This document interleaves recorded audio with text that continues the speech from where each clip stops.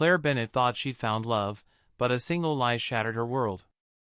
Betrayed by her best friend and targeted by a powerful enemy, she faced ruin. With her future on the line, a hidden truth sparked her fight for justice, one that would expose a web of deceit and change everything. There is one detail that only the attentive notice. Did you see it? Write in the comments and click subscribe, because it will be even cooler. Claire Bennett stood in the grand foyer of the Warner estate, the Seattle skyline a glittering backdrop through towering windows. The air carried the faint scent of lavender, but beneath it lurked something colder, hostility. Victoria Warner, matriarch of a sprawling tech investment empire, fixed Claire with a gaze that could cut glass. "You're out of your depth, Claire," Victoria said, her voice smooth as silk but laced with venom. "Ethan deserves someone who belongs in our world, not a charity worker scraping by." Claire's fingers tightened around her glass of sparkling water, her pulse quickening. At 32, she'd carved out a life of purpose coordinating programs at a community center in Seattle's Capitol Hill. Ethan Warner, her fiancé, saw her for who she was, kind, driven, unbroken by her modest roots. But to Victoria, she was a threat to the Warner legacy. Claire had grown up in a small Tacoma duplex, where her parents, a nurse and a mechanic, taught her that integrity trumped wealth. Meeting Ethan at a community fundraiser 2 years ago felt like destiny. His quiet sincerity and sharp wit stood out amid the polished crowd, and their late-night talks about dreams and fears forged a bond deeper than Claire had ever known. Now, with their wedding 6 months away, Victoria's disdain had escalated from subtle jabs to outright warfare. At dinners, she'd critique Claire's quaint job or unpolished style, her words wrapped in a smile that never reached her eyes. Claire tried to stay gracious, believing time would soften Victoria's edges. She was mistaken. That evening, Victoria's attack was unrelenting. "Ethan's poised to lead Warner Tech," she continued, leaning closer, her diamond earrings glinting. "He needs a partner who can navigate boardrooms, not someone who organizes bake sales." Claire's cheeks burned. She glanced at Ethan, who was across the room, laughing with a business associate, oblivious to his mother's assault. Victoria's charm was a performance she reserved for him. Alone with Claire, she was a predator. "I love Ethan, not his money," Claire said, her voice steady despite the tremor in her hands. "I'd never asked for anything from your family." Victoria's lips curved into a mirthless smile. "Love is irrelevant, dear. You'll drag him down, and I'll protect my son at any cost." The confrontation left Claire reeling. She excused herself, stepping onto the estate's balcony, the cool Seattle rain a balm against her flushed skin. She needed to process, to find her footing. She called Jess Riley, her best friend since their University of Washington days. Jess was her anchor, fierce, loyal, always ready with a quip or a hug.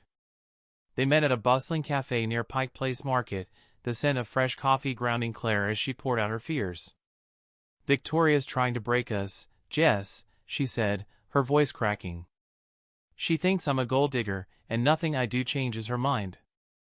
Jess stirred her cappuccino, her eyes oddly distant. "She's just a control freak," she said, her tone flat. "Rich moms are like that.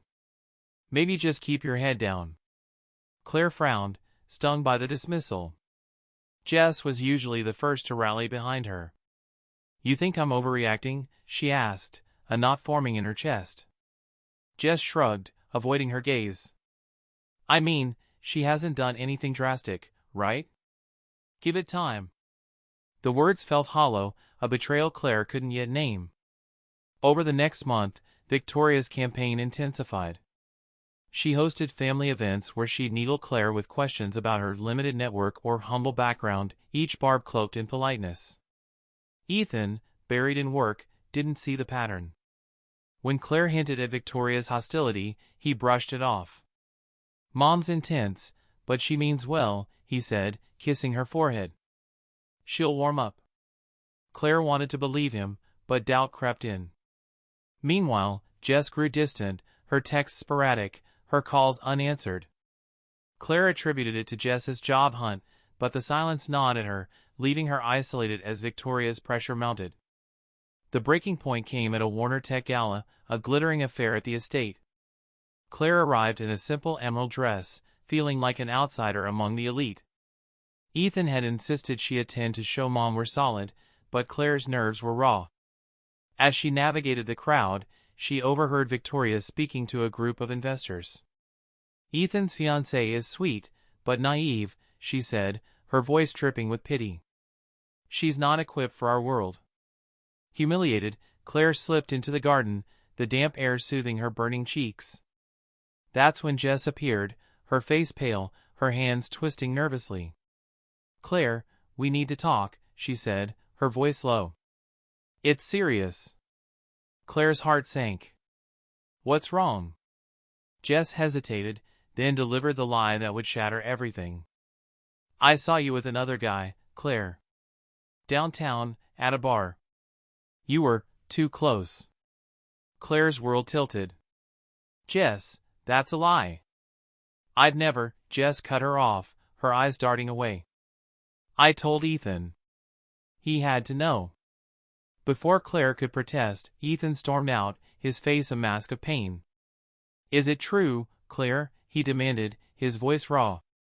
Tears streamed down her face as she shook her head. "No, Ethan, I swear," but he turned away, leaving her alone in the rain-soaked garden, the light tearing her life apart. Claire Bennett sat in her dimly lit Capitol Hill apartment, the Seattle rain a relentless patter against the windows, mirroring the chaos in her mind. 3 days had passed since the Warner Tech Gala, where Jess Riley's lie, "I saw you with another guy," had shattered Claire's world. Ethan Warner's face, etched with betrayal as he walked away, haunted her every moment. Her phone lay silent, its screen a graveyard of unanswered texts and calls to Ethan, each plea for a chance to explain met with nothing. Claire's life felt like a house of cards, collapsing under the weight of a single, vicious falsehood. She replayed Jess's words obsessively, searching for the moment their friendship had fractured. Jess had been her rock through college heartbreaks and career struggles, always ready with a laugh or a fierce defense. Why would she betray her now? Claire's attempts to reach her were futile, texts went unread, calls to voicemail. She'd even driven to Jess's apartment in Fremont, only to find it dark, the mailbox stuffed with unopened bills.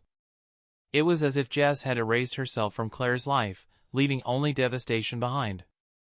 Ethan was no better. His last voicemail, raw with hurt, echoed in her mind, "Claire, just tell me it's not true."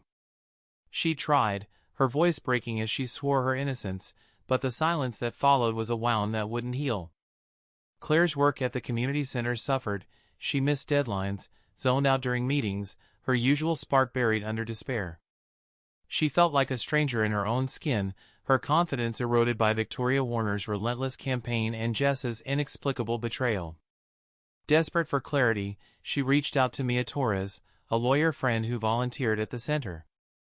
They met at a diner near the waterfront, the salty air mingling with the scent of fried onions. "Mia, I'm drowning," Claire said, her hands trembling around a lukewarm coffee. "Jess lied about me cheating, and Ethan believes her. I know Victoria's behind it, but how do I prove it?" Mia's dark eyes narrowed, her legal mind already dissecting the puzzle. Victoria Warner's got power, money, influence, connections. If she's pulling strings, she's careful. But Jess, why would she turn on you? Any chance she was bought? Claire frowned, a memory surfacing. Jess had mentioned a consulting gig weeks ago, vague but lucrative. Could Victoria have exploited her? "I don't know," Claire admitted, "but I need to find her." Mia leaned forward, her voice low. "Start with Jess's weak spots, debts, family, anything Victoria could leverage. I'll dig into Warner Tech's financials, discreetly.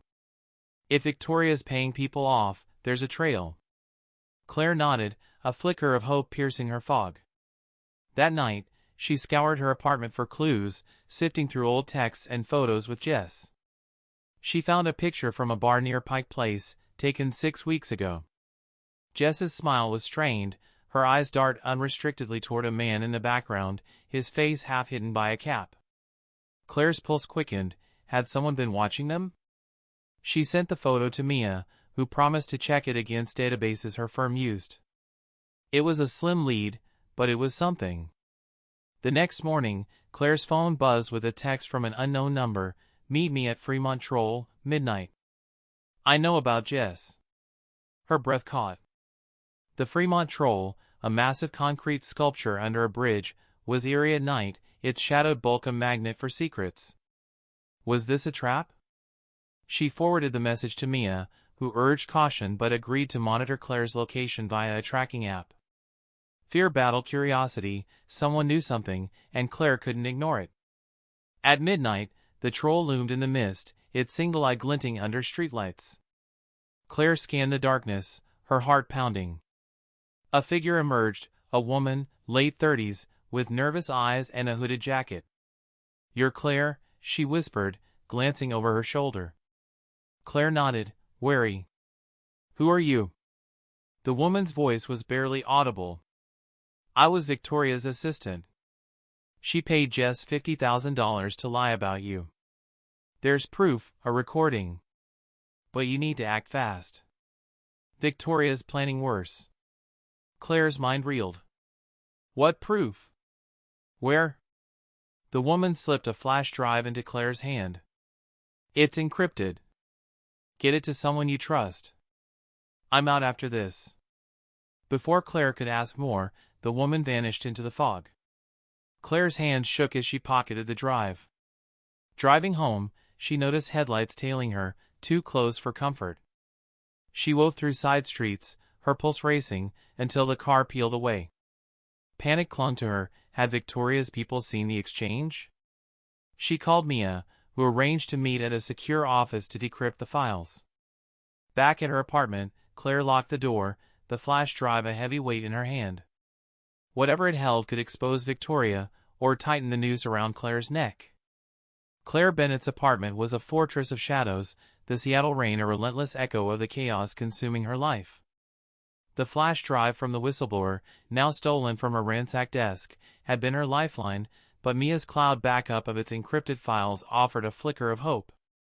Claire hadn't slept, her mind a tangle of fear and determination. Who was the woman at the Fremont Troll? How deep did Victoria Warner's schemes run? The car that tailed her, the break-in, every moment felt like a tightening noose, orchestrated by a woman who wielded power like a weapon. She met Mia Torres at a Stark Law office downtown, its humming computers a lifeline in Claire's unraveling world.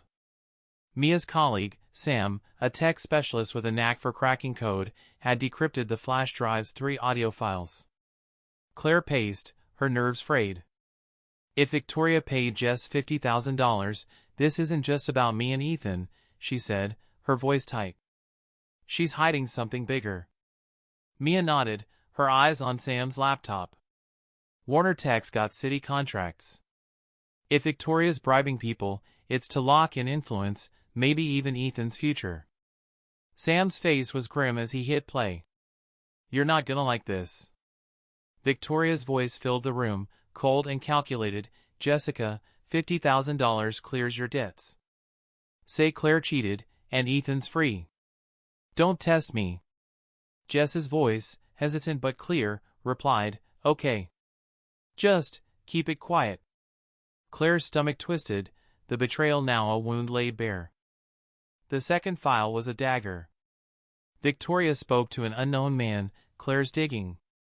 If she gets too close, we frame her for stealing from the community center. I've got someone who can plant the numbers." Claire's breath caught, her knees weakening. Mia steadied her, her face thunderous. "She's not just breaking you up, she's ready to bury you."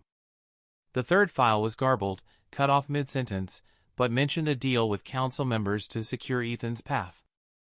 Claire's mind raced. Victoria was shaping Ethan's life like a chessboard, using lies to control him. "This is about power," she whispered. Mia's voice was firm. "We've got enough to hurt her, but it needs to be public and ironclad. Victoria's lawyers will pounce on any weakness." Claire's next move was confronting Jess. She drove to a co-working space in Belltown where Jess had last worked, only to learn she quit abruptly, flush with cash, according to a wary colleague. Claire's heart sank. Victoria's money had bought more than a lie, it had bought Jess's silence. Scrolling through Jess's Instagram, Claire found a recent photo at a dive bar near Lake Union. Jess's smile was hollow, her eyes haunted. Claire headed there, her resolve a shield against her fear. The bar was dim, filled with the clink of glasses and low laughter. Jess sat alone in a corner, her fingers tracing a whiskey glass. Claire slid into the booth, her voice steady. "Jess, why'd you do it? 50 grand to destroy me?" Jess's eyes widened, her glass trembling.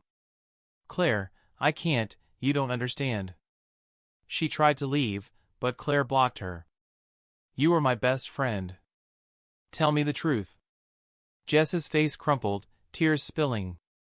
"I was drowning, Mom's medical bills, student loans." Victoria knew it all. She offered the money, said it was one lie. But then she kept calling, threatening to expose me if I talked. Claire's anger wavered, pity creeping in, but she pressed on. "You can make this right, Jess. We have the recordings. Testify." Jess shook her head, panic in her eyes. "She's got people, cops, lawyers." "I'm scared, Claire." Before Claire could argue, Jess bolted, leaving her purse behind. Claire opened it, finding a burner phone with a single text, "Keep quiet, or you're done." No sender, but Victoria's shadow loomed. Claire pocketed the phone, her mind racing. Jess was cracking, her guilt could be leverage. Back home, the break-in hit harder. Her ransacked apartment felt violated, papers strewn across the floor. The flash drive's theft was a blow, but Mia's backup meant the evidence survived. Claire's phone buzzed with a call from Ethan, his voice raw. "Claire, Mom says you're spreading lies about her. I don't know what to believe." Her pulse quickened, this was her chance, but Victoria was circling. "Ethan, meet me tomorrow, alone," she said. "I'll show you the truth." He agreed, reluctantly, to a park near the Space Needle. As Claire hung up, Mia texted, "The man in the bar photo was a private investigator tied to Warner Tech. He's been watching you," Mia warned. "And I found a money trail, Victoria's funneling cash through shell companies." Claire's resolve hardened. She had one shot to turn Ethan, but Victoria was ready to strike, and the burner phone's warning echoed in her mind. Claire Bennett's hands trembled as she approached the park near the Space Needle, the Seattle dawn casting long shadows across the dew-soaked grass. Ethan Warner had agreed to meet, his voice on the phone a mix of doubt and desperation. "Mom says you're lying, Claire." Victoria Warner was weaving a tighter web, painting Claire as the villain to keep Ethan under her control. Claire clutched a printed bank transfer record, evidence of Victoria's $50,000 payment to Jess Riley, and the burner phone from Jess's purse, its ominous text, "Keep quiet, or you're done," burning in her mind. This was her chance to reach Ethan, but Victoria's shadow loomed, and Claire knew she was walking into a trap. The park was quiet, the city's hum a distant pulse. Ethan stood by a bench, his shoulders hunched, his face etched with exhaustion. Claire's heart ached, he looked like a man broken, the vibrant tech heir she loved reduced to a pawn in his mother's game. "Ethan," she called, her voice steady despite her racing pulse. His eyes met hers, a storm of hurt and confusion. "Claire, why are you doing this?" he asked, his voice cracking. "Mom says you're spreading lies to tear us apart." Claire took a deep breath, handing him the bank record. "Your mother paid Jess $50,000 to lie about me cheating. I have recordings, Ethan. She's manipulating you." Ethan's brow furrowed as he scanned the paper, but doubt lingered. "This could be fake," he said, his tone wary. "You don't know what I've been through, believing you betrayed me." Claire's throat tightened, but she pressed on. "I know you're hurting, but Victoria's been playing us both. She wants me gone to control your future at Warner Tech. Please, listen to this." She pulled out her phone, ready to play the audio file Mia had sent, but a black SUV pulled up nearby. Victoria stepped out, her tailored coat and icy smile a stark contrast to the park's calm. "Claire, causing a scene again?" she said, her voice dripping with mock concern.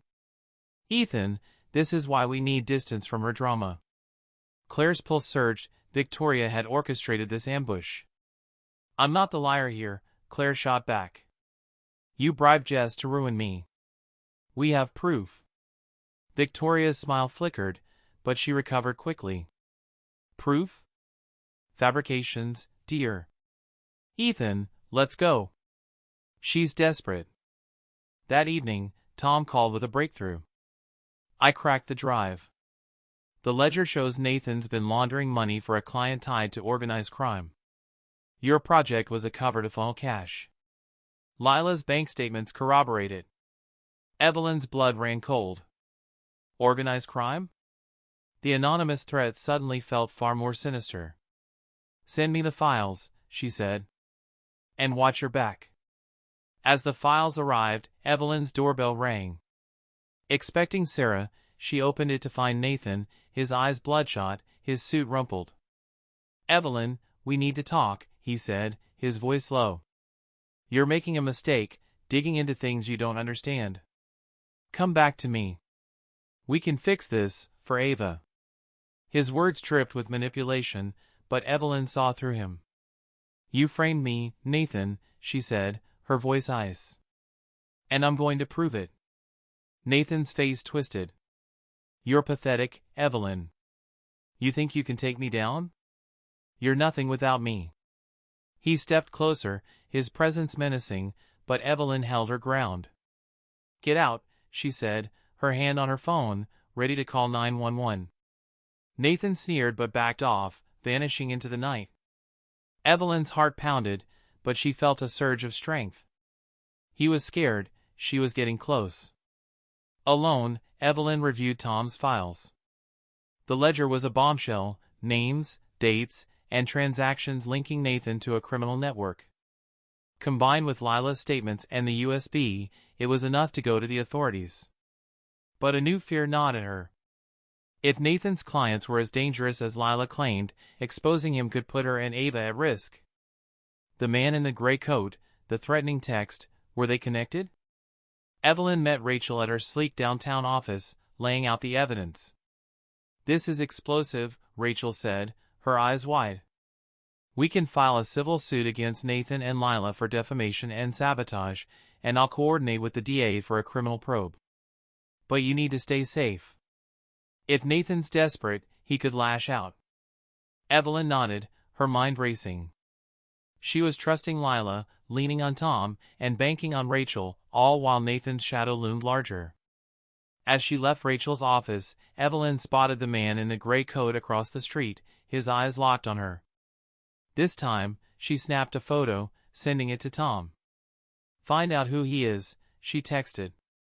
The stakes were higher than ever, and Evelyn was walking a tightrope. Lila's alliance was her best shot, but one wrong move could cost everything. With Ava's kicks grounding her, Evelyn steeled herself for the battle ahead. Nathan thought she was weak, but he was about to learn how wrong he was. Evelyn Harper's fight for justice had reached a boiling point. At 32, 4 months pregnant with her daughter Ava, she stood on the precipice of exposing her husband Nathan Carter's betrayal and criminal schemes. The Seattle rain mirrored her turmoil as she clutched a dossier of evidence, Tom's decrypted ledger, Lila Bennett's bank statements, and recordings proving Nathan and Lila had framed her for a project failure at her tech firm. With a civil suit filed and a criminal probe looming, Evelyn was ready to confront Nathan, but the shadow of his dangerous clients and the mysterious man in the gray coat kept her on edge. This was her moment to reclaim her life, but one misstep could cost everything. Evelyn's lawyer, Rachel Nguyen, had moved fast.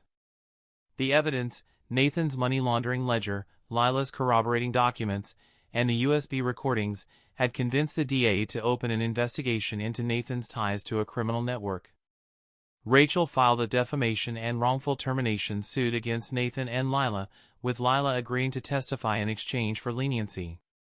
You're in the driver's seat, Rachel told Evelyn in her sleek downtown office, the Space Needle visible through the fog. But Nathan's a cornered animal. Expect him to fight back. Evelyn nodded, her resolve ironclad but her nerves frayed. Tom's latest discovery had chilled her. The man in the gray coat was a private investigator, hired by one of Nathan's clients to monitor her. They know you're digging, Tom warned over the phone. I traced his employer to a shell company linked to the ledger. Stay vigilant. Evelyn's hand rested on her belly, Ava's kicks a reminder of why she couldn't back down. She'd protect her daughter, no matter the cost. Ethan's eyes darted between them, the bank record crumpled in his hand. Claire saw her moments slipping away. Ethan, she's scared you'll see the truth, she said urgently. She's controlling your life, your choices. Victoria's laugh was sharp. Enough. Ethan, we're leaving. He hesitated, his gaze locked on Claire, then followed his mother to the SUV. The door slammed, and Claire's heart sank as they sped off. She stood alone, the rain beginning to fall, her resolve tested but unbroken. Victoria was winning, but Claire had the audio, Jess's burner phone, and Mia's growing case. Back at her apartment, Claire called Mia, her voice shaking. Victoria ambushed us, and Ethan's still on her side. I'm losing him. Mia's tone was resolute. We've got the recordings and the bank trail. I'm working with a community board contact, they're auditing Warner Tech for shady donations. But we need Jess to testify. She's the key. Claire nodded, clinging to hope. She texted the burner phone, Jess, I know you're scared. Meet me. We can stop Victoria together. Hours passed with no reply, but Claire refused to give up. That evening, a knock startled her. She opened the door to find Jess, her face pale, eyes red from crying. Claire, I'm so sorry, Jess whispered, stepping inside. I didn't want this. Victoria trapped me. Claire's anger flared, but Jess's fear was palpable. Tell me everything, she said, closing the door. Jess sank onto the couch, her voice trembling. My mom's hospital bills were crushing me. Victoria offered $50,000 to lie, said it was one time. But then she kept threatening, said she'd frame me for fraud if I talked. She's got people watching me. Claire's mind raced. Will you testify? We have evidence, Jess. You can make this right. Jess hesitated, tears streaming. I'm terrified. She's too powerful. Claire took her hand. Mia's building a case. You're not alone. Jess nodded, her resolve shaky, and handed Claire a notebook, dates, calls, meetings with Victoria's investigator. It was a goldmine. Claire's hope was short-lived. Her phone buzzed with a news alert, community center faces scrutiny over alleged fund mismanagement. The article named Claire, hinting at irregularities. Her blood ran cold, Victoria was framing her, just as the recording warned. Mia called, her voice urgent. Victoria's leaking lies to discredit you before we go public. The board meeting at Warner Tech is tomorrow, public, high profile. Confront her there with Jess and the evidence. Claire's mind whirled. It was a gamble, but the notebook, the audio, and Jess's testimony could turn the tide. As she prepared, a new text arrived from an unknown number, back off, or Ethan pays. Claire's heart stopped. Victoria was raising the stakes, and Claire was running out of time. Claire Bennett stood outside Warner Tech's sleek headquarters in downtown Seattle, the morning mist curling around her like a shroud. The board meeting inside was her final chance to expose Victoria Warner's lies and save her life with Ethan Warner. In her bag were Jess Riley's notebook, detailing Victoria's threats, the decrypted audio files, capturing her bribe to Jess, and Mia Torres's affidavit, linking Victoria's shell companies to illicit payments. Jess stood beside her, her face ashen but resolute, her decision to testify a fragile thread of redemption. You ready? Claire asked, her voice steady despite the fear gnawing at her. Jess nodded, clutching her coat. I owe you, Claire. Let's do this. The conference room buzzed with investors, reporters, and community leaders, the air thick with anticipation. Victoria sat at the head of the table, her poised smile a mask of untouchability. Ethan was there, his eyes hollow, avoiding Claire's gaze. Her heart ached, but she focused on the plan. Mia had secured them a slot to speak under the community board's oversight, a lawful stage to present their case. As the meeting began, Victoria delivered a polished speech about Warner Tech's commitment to Seattle's future, her voice smooth, her eyes flicking to Claire with a predatory glint. Claire's pulse thundered. This was her moment.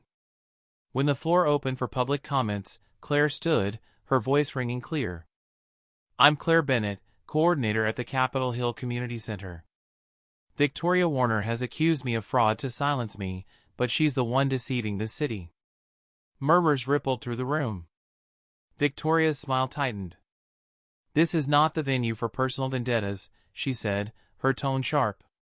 Claire held up Jess's notebook. "Victoria paid Jessica Riley $50,000 to lie about my fidelity, manipulating my fiancé, Ethan Warner, to protect her empire.